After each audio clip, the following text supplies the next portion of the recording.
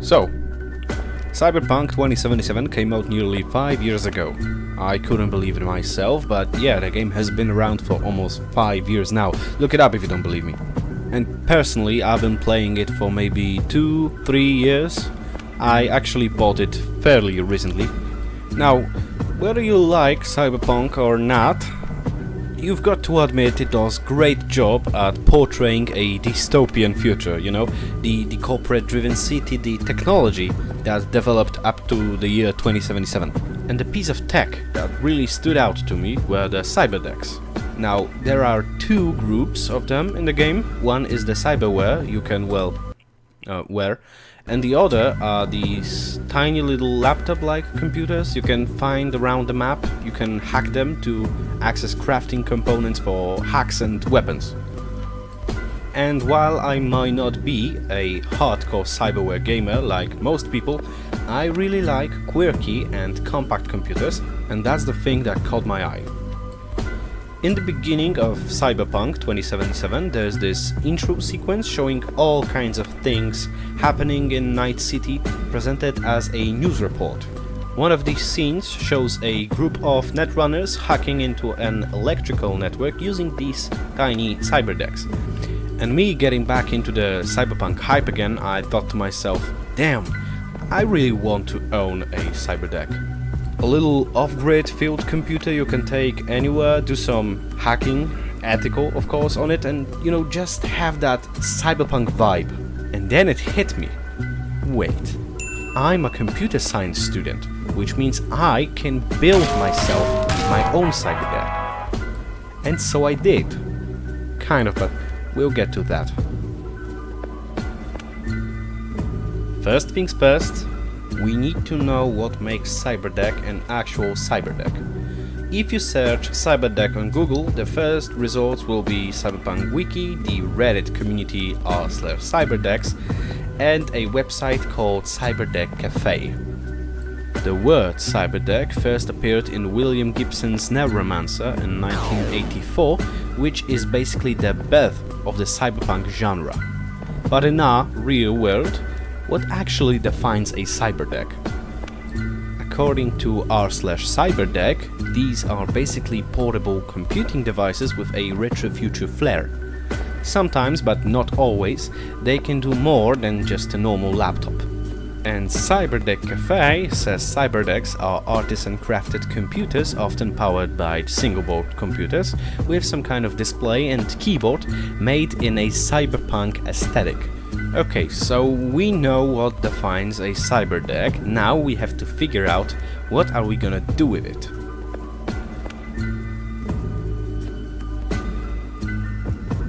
The Cyberdeck Cafe DIY guide mentions the first good step is to look online at some retro computers and order homemade cyberdecks for inspiration. If you are going to design one from scratch, the best way is to sketch it on paper first, and then it'll be easier to choose your components. I wasn't going to design mine completely from scratch, so I just looked at what Google had to offer. First, I had to figure out what I wanted my cyberdeck to actually do. I decided I didn't need any fancy modules like infrared receivers.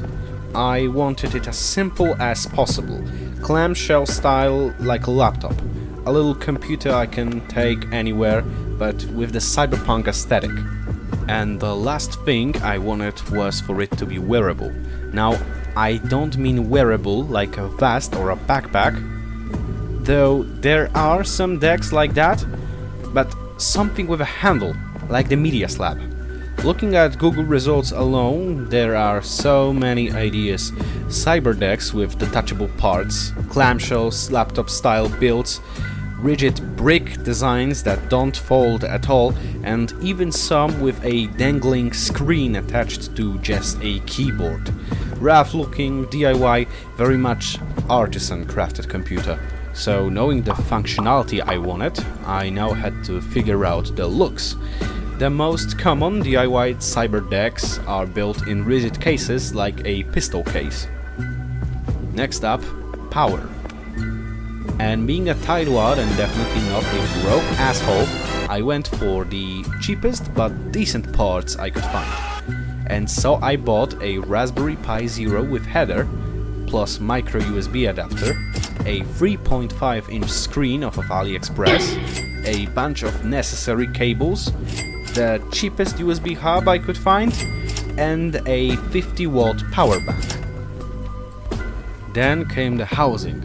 Since rigid cases can be expensive if you want a reasonable size, I thought to myself, what's the next best thing?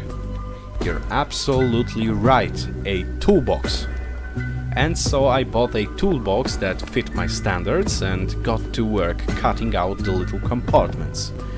After removing the plastic grids and sanding down the sharp edges and cutting my fingers a few times, of course, the case was ready.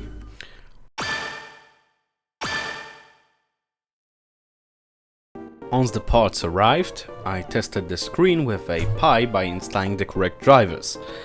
That's where problem number 1 hit. This was my first ever face-to-face encounter with a Raspberry Pi. I had no idea what I was doing. Luckily, YouTube tutorials helped. Problem number 2. I installed the screen drivers on a terminal-only Raspberry Pi OS. It worked fine there, but I couldn't get the graphical OS to recognize the screen. A text-only terminal wasn't going to cut it, as I needed a full desktop environment. Problem number 3. The toolbox ended up being too small to fit all the components. All these issues hit me in one day, and so I had to give up on the project. Or did I? You see, after some time the idea of building a Cyberdeck kept coming back. I joined r/Cyberdeck, Cyberdeck Cafe, and even the Discord server. I also got myself a 3D printer at that time, and suddenly the dream felt real again. But the Raspberry Pi screen driver issue still bugged me. I needed something more practical. That's when I rediscovered the Media Slab by Soapbox 1858.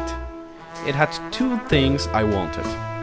Wearability, it had a handle so you could hold it on your forearm, and the simplicity.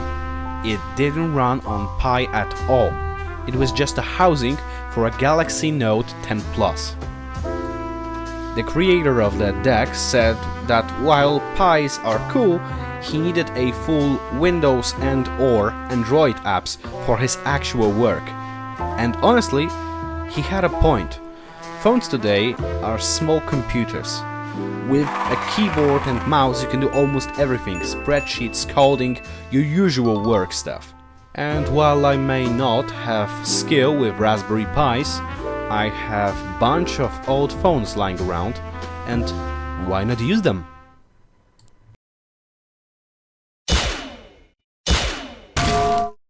And so I picked up my trusty Redmi 10C and dove back into Thingiverse, Codes3D and Yagi. Highly recommended, by the way. I wanted a design that fit a phone, had a clamshell design like a laptop, and was wearable. I stumbled on a Cyberdeck case for the Galaxy Note 20 by Noahhound. It had the grip, the rough edges, the cyberpunk texture perfect, except it used a different keyboard than mine. Same story with another 10 Plus based design I found. Eventually I realized, stop searching for Cyberdeck cases, start searching for keyboard phone cases. And that's when I found the Case Mini Keyboard by DonDon123 back in 2019.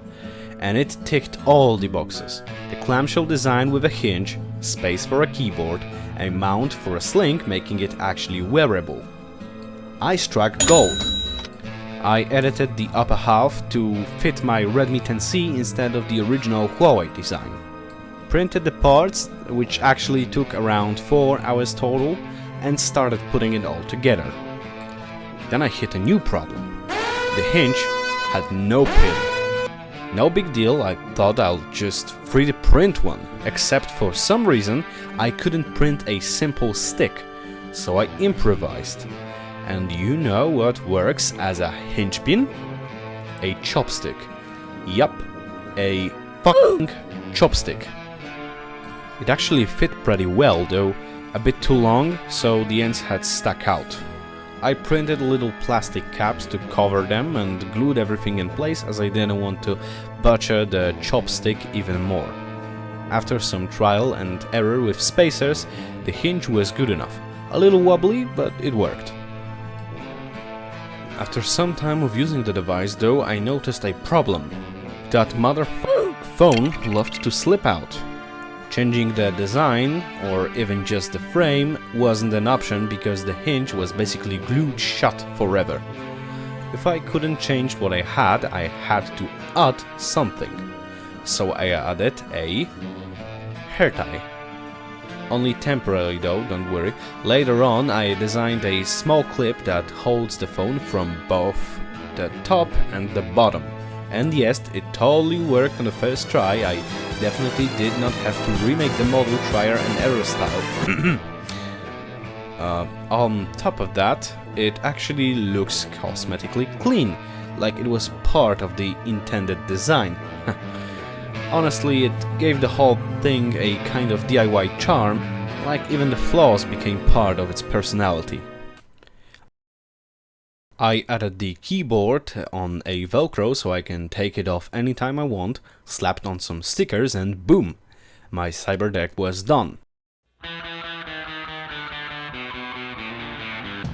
Holy shit! Was it an easy process? No. I went through plenty of mental breakdowns. Starting with the Pi instead of the phone was my mistake. But was it fun? Hell yes, totally worth it. And so, the Penumbra-1 was born. Yes, it's basically a glorified phone dog, but honestly, a lot of first-time Cyberdecks are like this. Shells with keyboard and a phone inside. It's all about the aesthetic. And to sell the illusion, I even designed a little nameplate in the paint.net, printed in on sticker paper and stuck it on. It looks like a real device made by some fictional cyberpunk corporation. The Penumbra-1 works as a phone. I can still use it normally to make calls, but I use it to browse Discord, watch YouTube, or just keep it as a fancy desk clock. It's surprisingly comfortable to type on, whether on desk or even standing in line somewhere. The keyboard part is only a bit larger than an Xbox 360 controller, so it feels great in the hands. The only downside? Folded doesn't fit in my pocket, but hey, look at the Media Slab again. That thing is gigantic and still looks awesome. As for the Raspberry Pi and screen, don't worry, they won't go to waste. I'm planning to build a Fallout-style terminal with them. I even found a 3D model for a 3.5-inch screen I have. It'll take ages to print though, with 14 parts, 7 hours each, so that's a project for later. Final thoughts? Building a Cyberdeck is not easy, especially if you don't have the experience. But it's fun, rewarding and honestly, a damn good conversation starter. I brought it to my friend's D&D session the other day and everyone was eyeing it. If you've ever thought about it, do it. Whether it's Pi or phone dock or some crazy design, it's worth it. Thanks for sticking through this long ride. This was my first real long-term video or project like this, and I hope it was fun to watch. Maybe I even encouraged you to build your own Cyberdeck. And in case I don't see ya, good afternoon, good evening and good night.